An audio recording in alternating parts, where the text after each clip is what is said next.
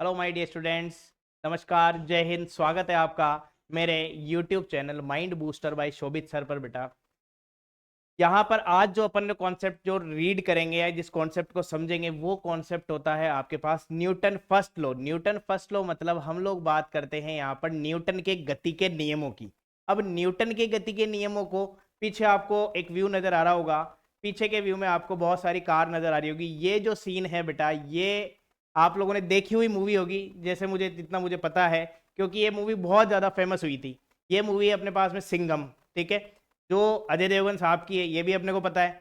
अब इस मूवी से आप लोग न्यूटन को कैसे लिंक करोगे, ये जानते हैं अपन, ठीक है। या न्यूटन कैसे लिंक हुआ, ये जानेंगे।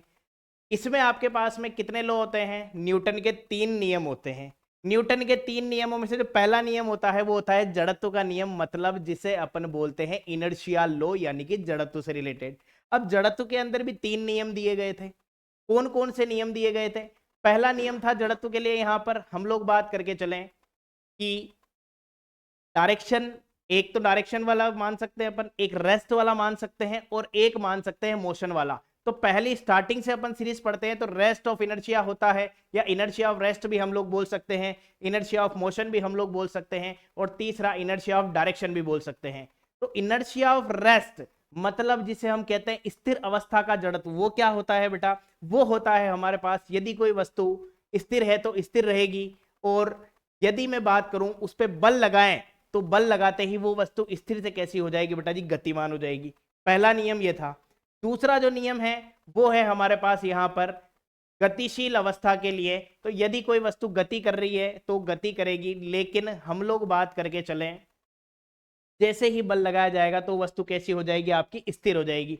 तीसरा नियम आता है बेटा, जो थर्ड लॉ होता है, वो ही मेन कॉन्सेप्ट है हमारे पास में, दिशा का जड़त्व होगा। तो दिशा के जड़त्व को हम लोग कैसे समझेंगे, या दिशा के जड़त्व को कैसे रीड करके चलेंगे? आओ बेटा हम लोग इसके बारे में थोड़ा सा डिस्कस करके चलते हैं।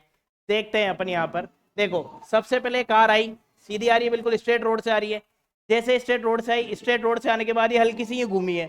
घूमने का मतलब है कि यदि कोई ऑब्जेक्ट है, यदि कोई ऑब्जेक्ट है, वृत्ताकार पथ की हम लोग बात करके चलें, वृत्ताकार पथ के अंदर, जैसे मैं यहां पर बोलूं ये वृत्ताकार पथ है, तो वृत्ताकार पथ के अंदर यदि कोई ऑब्जेक्ट आपका मूव कर रहा है तो वो अपनी पोजीशन से कितने डिग्री बनाता हुआ मूव करता है बेटा जी? 90 डिग्री बनाता हुआ मूव करता है।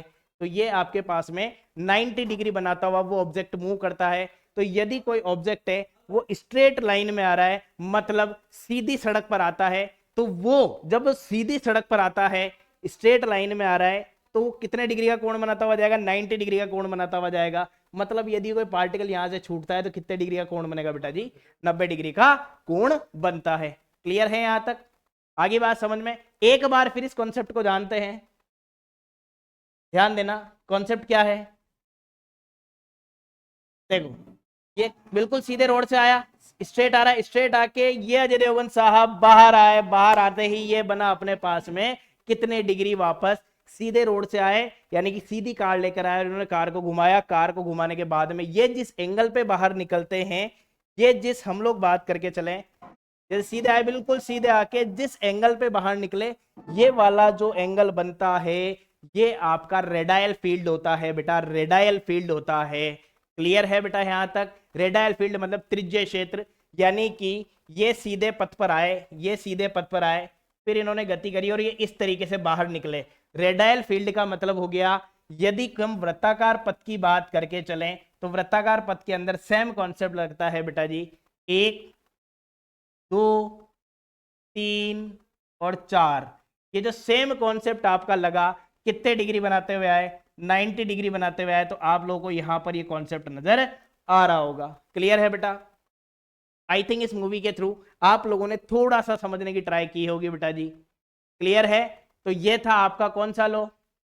इनर्शिया ऑफ डायरेक्शन, जिसे हम कह सकते हैं दिशा का जड़त्व। मतलब कोई ऑब्जेक्ट बाहर निकलता है तो सीधा साफ शब्दों में अपन समझे या बिल्कुल क्लियरिफाई करें तो वो 90 डिग्री बनाता हुआ निकलता है बेटा जी।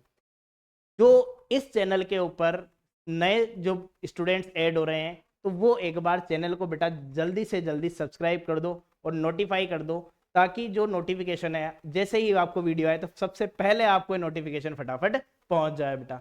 ओके बेटा, जय हिंद, जय भारत। वंदे मातरम।